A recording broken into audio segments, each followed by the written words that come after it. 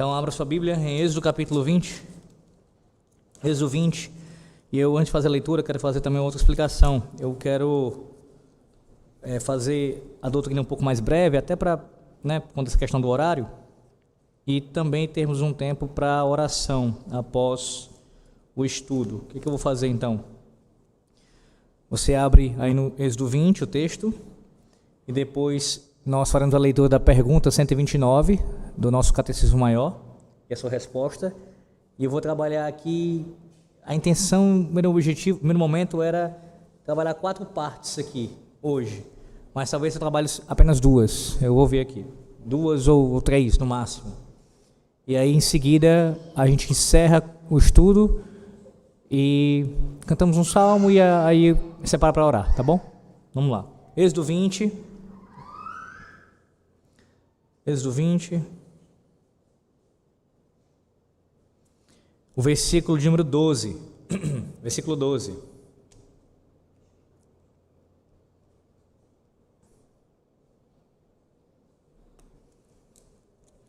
Assim diz o Senhor nosso Deus: honra teu pai e tua mãe, para que se prolongue os teus dias na terra que o Senhor teu Deus te dá.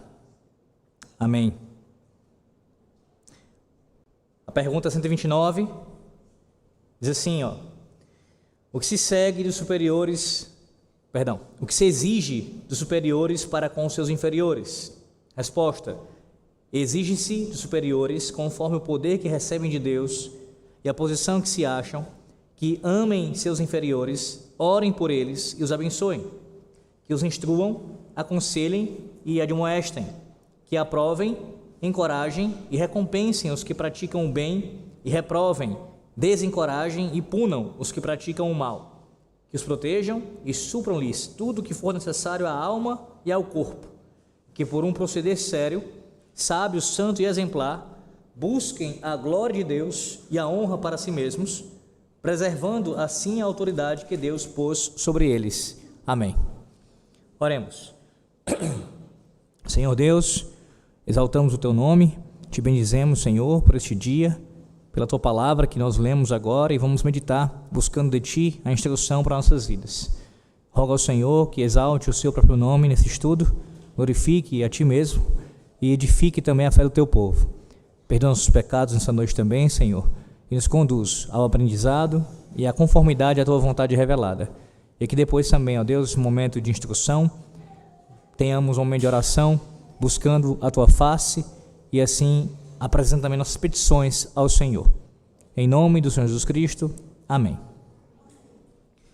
Bem, irmãos, observem que a partir dessa pergunta 129, nós vamos agora tratar, no caso, o catecismo passa agora a tratar das exigências dos superiores para com os seus inferiores.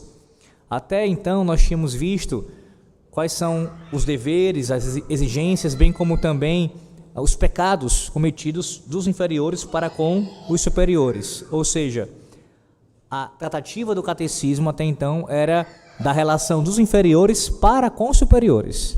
Agora passa a ser dos superiores para com os seus inferiores. E começa por aqui, falando das exigências. E aqui eu quero que você tenha isso muito claro em sua mente. Assim como a gente, quando está estudando sobre os deveres e também os pecados, enfim, dos inferiores para com os superiores, a gente deve pensar sobre as duas perspectivas, enquanto inferior para com os nossos superiores, primeiramente, é claro, mas também pensando enquanto superior, recebendo isso dos inferiores. Agora eu quero que você veja também o outro lado da moeda. Observe, você na condição de superior, uma vez que assim você exerça isso em alguma área, em alguma esfera familiar, eclesiástica ou mesmo civil. No caso, os deveres que você tem para com seus inferiores, mas também os inferiores pensando aqui quanto a essas exigências dos superiores para convosco. Então vamos lá. A primeira parte da resposta diz assim, exige-se dos superiores conforme o poder que recebem de Deus. Conforme o poder que recebem de Deus. É importante a gente trabalhar um pouco essa frase aqui, essa expressão, irmãos, porque ela não aparece por acaso no início da resposta. Aqui, na verdade, é o entendimento, ou melhor, é a expressão-chave para a gente conseguir entender esse fundamento aqui do exercício da autoridade. Isto é, existem superiores sobre outros, porque isso acontece conforme o poder que recebem de Deus. É bom a gente salientar muito bem isso daqui. Estabelece aqui um princípio fundamental para nós. Ou seja, nenhum superior, você pode pensar em qualquer esfera familiar, eclesiástica ou civil, nenhum superior possui autoridade absoluta. Nenhum. Toda a autoridade humana é uma autoridade derivada. Deixe-me ilustrar isso para você com uma outra doutrina importante. Até estava ensinando esses dias isso aos alunos aqui da nossa escola, sobre a questão de nós também sermos ou exercermos de alguma forma, nós podemos criar coisas. O homem, ele cria coisas a partir da criação. É assim que o homem faz. O ser humano, ele cria coisas a partir da criação. Somente o Criador, o nosso Deus, é que tem poder para criar, como diz a expressão em latim, ex nihilo, do nada. Só Deus tem autoridade, tem poder, melhor dizendo ainda, para isso. Então, nós criamos a partir da criação divina. Colocando isso com relação à autoridade. Nós exercemos a autoridade sob a autoridade divina e recebendo tal autoridade da autoridade maior, suprema, que é o nosso Deus. Então, é uma autoridade, é um exercício de autoridade derivado dessa autoridade suprema que é o nosso Deus. Isso é muito importante a gente também frisar aqui. Então, veja, o superior, você enquanto superior, pai, mãe, oficial da igreja, civil, você é um mordomo. Mordomo. Não é um soberano autônomo. Você é um mordomo. Reverendo, mas todos nós cristãos somos mordomos, não é verdade? Porque o nosso Deus nos concedeu essa terra para nós cuidarmos e administrarmos para a sua glória, conforme a sua vontade, de fato. E o exercício da autoridade, no caso, você ser um superior, faz parte disso também, da sua mordomia cristã. Nós somos mordomos, cuidamos daquilo que não é nosso, para a glória do nosso Deus. Fundamentando isso biblicamente, vamos lá. Abra sua Bíblia em Romanos capítulo 13. Romanos 13 agora, por favor. Romanos 13.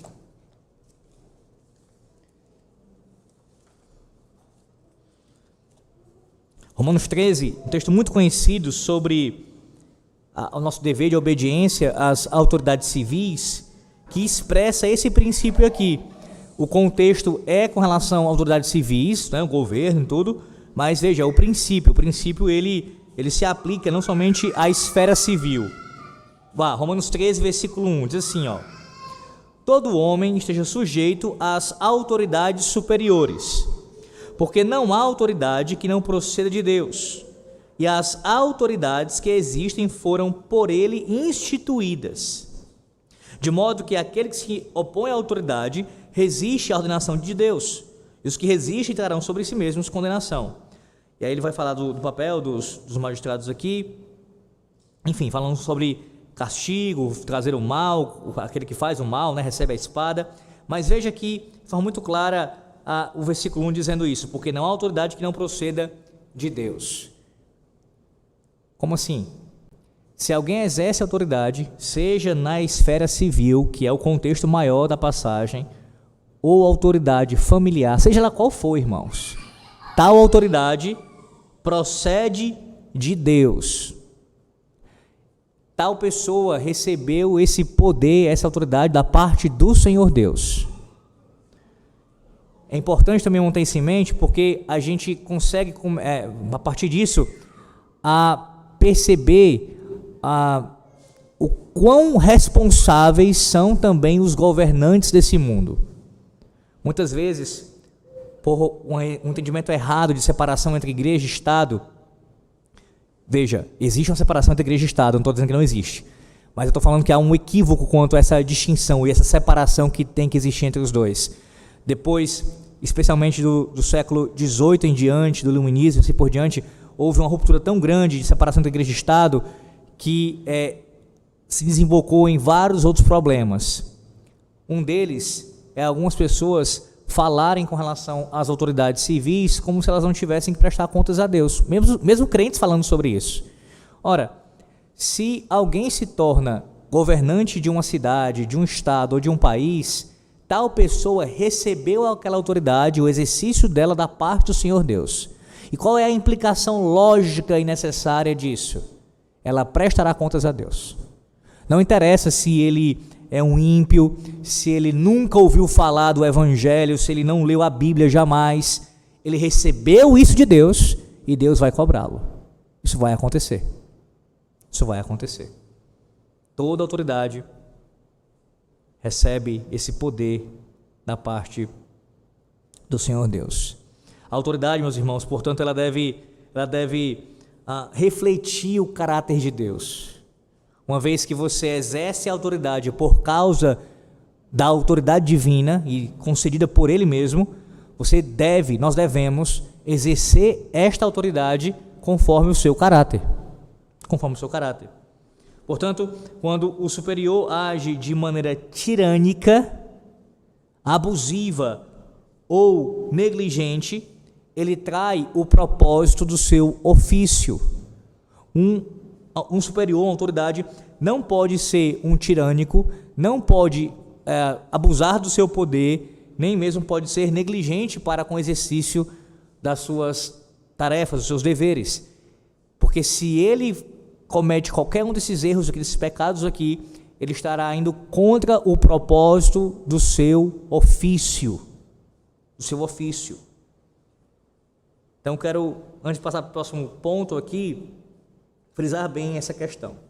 Exige-se dos superiores conforme o poder que recebem de Deus. Guarde isso no seu coração. Você, pai, mãe, futuros pais e mães, e os demais que exercem alguma autoridade em alguma outra esfera. Estamos nessa posição porque Deus nos colocou. Exercemos essa autoridade derivada da autoridade de Deus. Então a gente deve fazer isso para a sua glória, de maneira que agrade ao Senhor. Que agrade ao Senhor. Por que o pastor está batendo essa tecla? Pelo fato de ser o fundamento de toda a fala do catecismo aqui, da resposta, sem dúvida, mas também porque é necessário corrigirmos alguns equívocos que nós mesmos alimentamos nos nossos corações, meus irmãos, nossas mentes. Às vezes, talvez não tão claramente isso, em alguns casos, mas nas atitudes a gente demonstra isso. A gente acha que porque é uma autoridade, nós podemos fazer isso e aquilo outro e não devemos satisfação a ninguém. Lembre-se que a primeira pessoa, o primeiro ser a quem você deve satisfação é o próprio Deus. O próprio Deus. Então deve existir temor, essa é a ideia. Deve existir temor no exercício da nossa autoridade. Certa feita, numa reunião do conselho, na verdade não foi uma reunião do conselho formal, uma reunião que nós tínhamos marcado, não foi isso, mas um ex-membro dessa igreja, solicitou conversar conosco. E ele teve a ousadia de, no início da fala dele, dizer assim, que achou que tal atitude que tínhamos tomado com relação a certa circunstância, a certa pessoa, estava usurpando a autoridade de Cristo sobre a igreja. Essa é uma grave acusação. E eu não estou dizendo com isso que vocês não podem fazer. Podem. Mas para fazer uma acusação como essa ao conselho de uma igreja ou a qualquer outra autoridade, você precisa fazer isso com respaldo, com fundamento, com provas. Porque usurpar o governo de Cristo, governar como se não fosse conforme a sua vontade, governando no lugar dele, no sentido de ser contra ele, é gravíssimo, irmãos, isso. Quanto mais quando nós pensamos nisso com relação ao conselho de uma igreja. que deve exemplificar muito bem a autoridade de Cristo sobre a terra.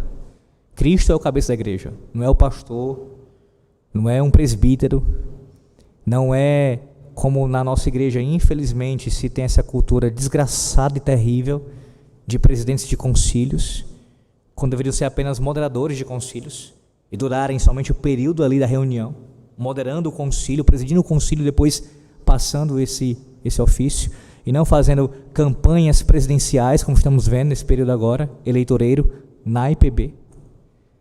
Tudo isso sim é um ataque à prerrogativa de Cristo sobre o governo da igreja. Essa politicagem imunda que a gente vê. Então, falar tal coisa precisa ser feita com base, com fundamento. Com fundamento. E eu estou dando aqui um fundamento quando eu faço essa crítica. E, de forma alguma você encontra na palavra de Deus homens presidindo concílios permanentemente. Pense em Atos capítulo 15.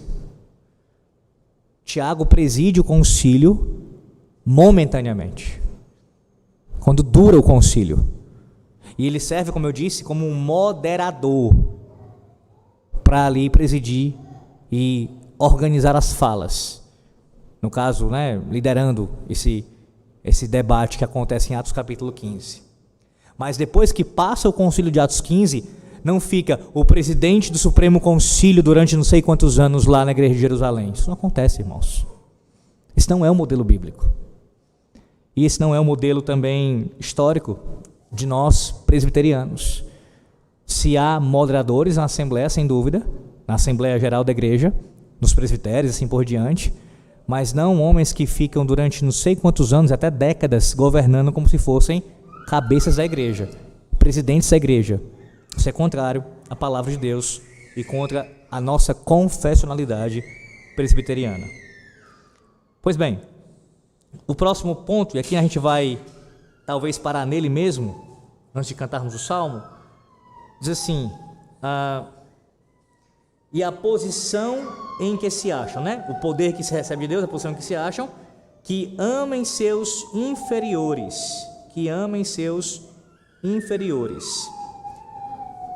antes de trabalhar um pouco melhor essa questão do amor pelos inferiores, eu quero citar aqui o que o Johannes Gerhard dos Vos fala sobre o princípio importante estabelecido nessa pergunta. Ele diz assim, qual o princípio estabelece essa pergunta do catecismo? O princípio estabelecido nessa pergunta do catecismo é o de que a autoridade abrange responsabilidade. Estou só jogando um pouco mais de luz sobre o que eu acabei de explicar. Não existe isso de autoridade legítima sem a responsabilidade correspondente. Quanto maior for a autoridade, maior é a responsabilidade.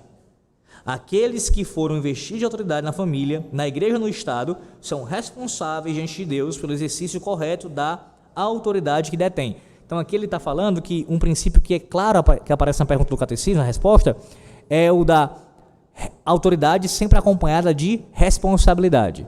Nunca essas coisas estão divorciadas. Quem exerce autoridade possui responsabilidade, e responsabilidade ainda maior do que aqueles que não exercem tal autoridade. E quanto maior for a autoridade, maior será a responsabilidade.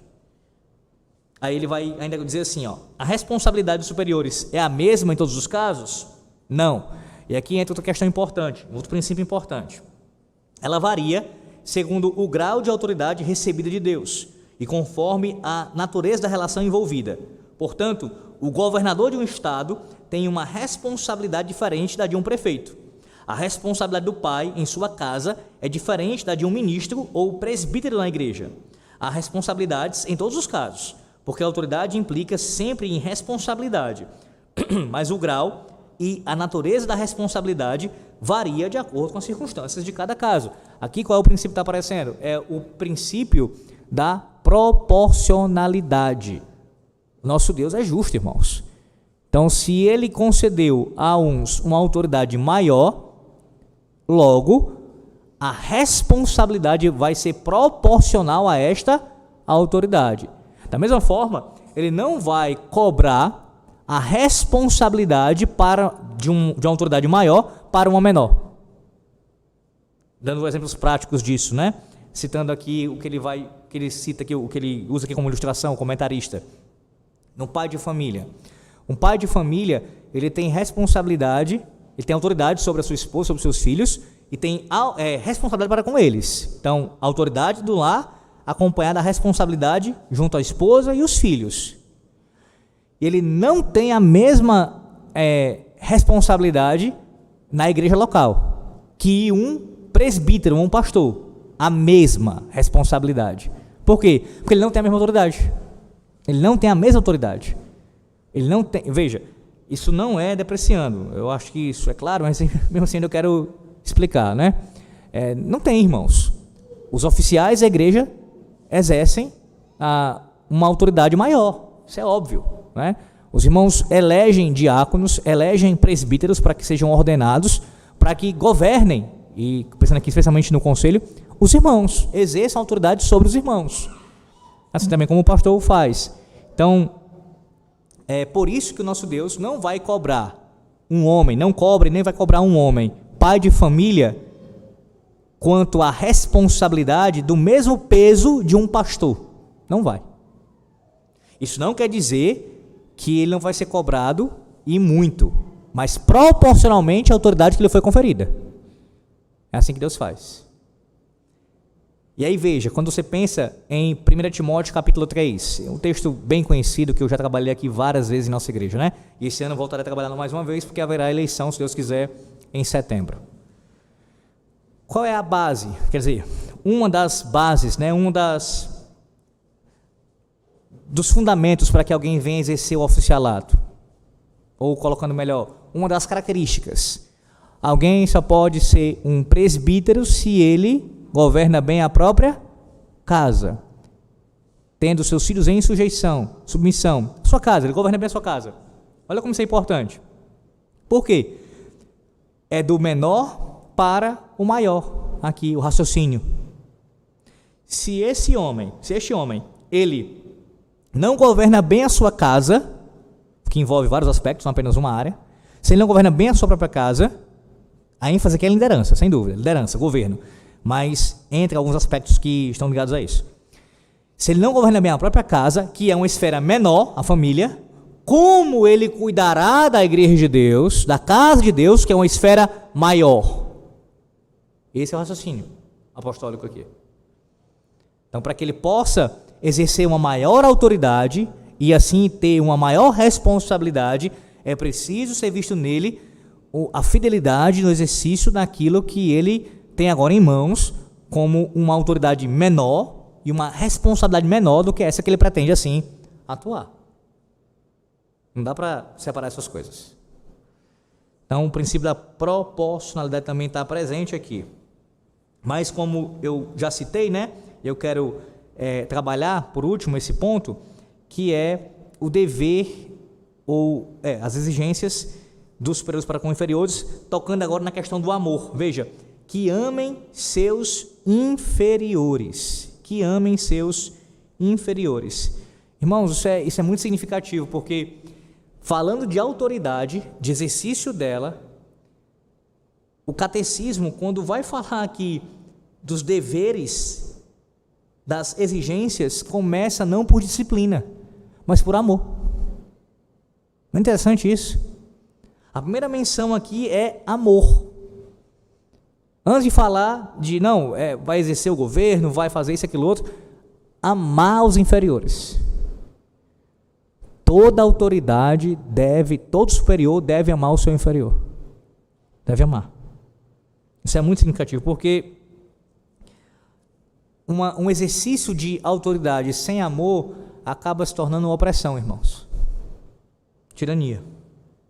E o modelo supremo é o próprio Senhor e Salvador Jesus Cristo, que exerceu e exerce uma liderança que é sacrificial, ela não é exploratória. Sendo Ele Senhor dos céus e da terra, se fez homem, se entregou por nós, e a sua liderança é uma liderança sacrificial. E não é nesses termos que Paulo coloca lá em Efésios capítulo número 5, quando fala do capítulo 5 capítulo 6, no final do capítulo 5, a partir do versículo 22, vai falar do papel do homem, da mulher ali, e ele vai colocar nesses termos: do homem amar a sua esposa como Cristo ama ou amou a sua igreja. E o exemplo é nesse sentido, um amor sacrificial, que é de entrega pelo outro, o que pressupõe amor. Amor. Então, o exercício da autoridade de Cristo sobre o seu povo é fundamentado no seu amor. Ele nos ama, ele tem compaixão de nós, ele quer o nosso bem e assim exerce, nesse sentido também, a autoridade sobre nós. Quando nós assim agimos, irmãos, quando a gente exerce uma autoridade que é pautada pelo amor, isso confronta o autoritarismo, isso confronta a dureza, ou seja, você ser firme, mas sem misericórdia, isso é confrontado também. Isso também combate a frieza, bem como também a liderança que é baseada somente em poder. Um pai, um pastor, ou mesmo um governante que não ama, ele falha antes mesmo de começar a exercer corretamente a sua autoridade. Eu já falei sobre isso, acho que até mesmo nas exposições de Pedro, se eu não estiver enganado, recentemente. Foi 1 de Pedro capítulo 2, a partir do versículo 11, lembra? Eu vou concluir com isso daqui. 1 de Pedro 2, versículo 11. Vamos para lá, para a gente concluir com 1 de Pedro 2, 11. Veja o que ele diz aí. O início do versículo 11. E já também quero ressaltar para os irmãos, se Deus quiser no próximo domingo eu vou dar continuidade às exposições em Pedro, e eu quero que vocês guardem isso, eu vou falar domingo também. Mais uma vez, os dois versículos 11 e 12 são a base para o que Pedro vai ensinar daqui para frente na sua carta. Ele vai ensinar com base no que ele está expondo, nos princípios mais gerais, 11 e 12. E vai especificando isso e aplicando isso do 13 em diante. Mas eu quero somente agora, nesse final do estudo de hoje, ver o início do 11, que diz assim, amados, exorto-vos. Amados, exorto-vos. Lembra que uma aplicação que eu fiz esse texto foi afirmar, à luz da palavra de Deus, que o apóstolo Pedro, quando fala amados aqui, em primeiro lugar, ele está dizendo o quê? Que os seus leitores são amados por Deus. Nós somos também, assim como o primeiro público de Pedro, como nós também, que estamos em Cristo, somos amados por Deus. Amados, primeiro a gente deve pensar nisso, meditar nisso. Nós somos amados pelo nosso Deus em Cristo. E isso é um conforto, é um consolo para o sofrimento, o meu sofrimento, que é o contexto onde eles estavam ali. Mas amados aqui, a expressão também é uma demonstração do amor de Pedro, como irmão e pastor, por aqueles irmãos. E eu até falei para os irmãos, vocês devem lembrar disso, que da necessidade que existe de nós falarmos o que nós sentimos uns pelos outros. A gente expressar isso com palavras. Claro, acompanhadas de atitudes, obviamente. Não pode ser só palavra, que senão é um discurso vazio. Tem que demonstrar. Mas também tem que falar. Até lembra que eu ilustrei e falei sobre isso? O homem que diz que ama a sua esposa, eu amo ela sabe. Ou a mulher que fala, ele sabe que eu amo. Ele sabe, você fala, você diz, eu te amo, assim como para um filho, assim como para um pai, assim, enfim, entre nós, fraternalmente, eu te amo, meu irmão, eu te amo, eu te quero bem. Isso precisa ser evidenciado nos nossos lábios, como eu disse, acompanhar nossas atitudes. Pois bem, agora pensando no contexto, superior falando para os inferiores, autoridade para os seus subordinados. Ele vai dizer o que em seguida, depois do amados? Depois de dizer que eu vos amo, eu amo vocês, exorto-vos. A exortação, ela é subsequente à demonstração de amor. E é baseada nisso. Não, uma coisa não nega a outra. A autoridade, o superior, ele não só pode, como ele deve exortar. Ele não só pode, como ele deve chamar a atenção. Ele não só pode, como ele deve advertir, admoestar e, em alguns casos, infelizmente, disciplinar. Tudo isso faz parte do exercício legítimo da autoridade. Mas nunca, jamais isso pode ser feito sem amor. Porque primeiro é pecado contra Deus e segundo é pecado contra o próximo. Só exortação sem amor. E aí eu concluo dizendo o seguinte: os que ouvem, os inferiores, que ouvem as palavras, que percebem as atitudes, tudo isso banhado pelo amor, ouvirão, via de regra, tem exceções, via de regra, ouvirão as exortações com muito mais desejo de obedecer.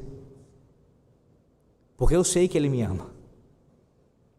Eu sei que esse pastor me ama, eu sei que esse presbítero me ama, esse irmão em Cristo me ama, eu sei que o meu pai e minha mãe me amam, eu sei que meu marido, minha esposa, eu sei. Então vai ouvir o pai e a mãe, no caso o filho pensando aqui no pai e a mãe. Se você demonstra amor com palavras e atitudes, o inferior tende. Claro que a gente sabe que tem exceções, irmãos, eu sei disso. Coração rebelde, uma pessoa que é contumaz em desobedecer, mais que você demonstre amor para o filho e outras pessoas da igreja, elas podem muito bem dar com os ombros. Mas se for uma pessoa que é convertida por Cristo, você demonstrando amor, ela ouve. Em algum momento ela vai ouvir. Orando, clamando ao Senhor, e claro, dependendo de Deus para agir no seu coração, e você demonstrar amor para com ela, constrange, irmãos. Até falei sobre isso, né? No sermão que eu preguei. O amor de Deus nos constrange.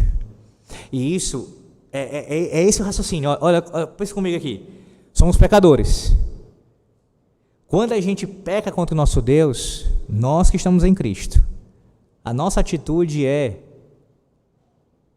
a gente ficar constrangido, triste por ter pecado, constrangido e dizendo: como é que eu posso pecar contra um Deus tão amoroso, que fez tanto por mim? Sim, existe o temor, o receio do castigo, das consequências do pecado, tudo isso tem que estar presente, mas isso permeia a nossa resposta também, de arrependimento, um constrangimento por causa do amor de Deus por nós em Cristo. Eu não quero pecar contra essa autoridade, a suprema autoridade, contra o meu Pai, que me ama. Assim o é, claro, contemplando aqui as exceções, assim o é com relação aos inferiores para com os superiores na terra. Ser chamado a atenção, advertido, admoestado, até disciplinado por uma autoridade que me ama e demonstra que me ama, via de regra me levará, sabe o quê? Ao constrangimento. Ao constrangimento. Porque eu sei o que ele fala para o meu bem.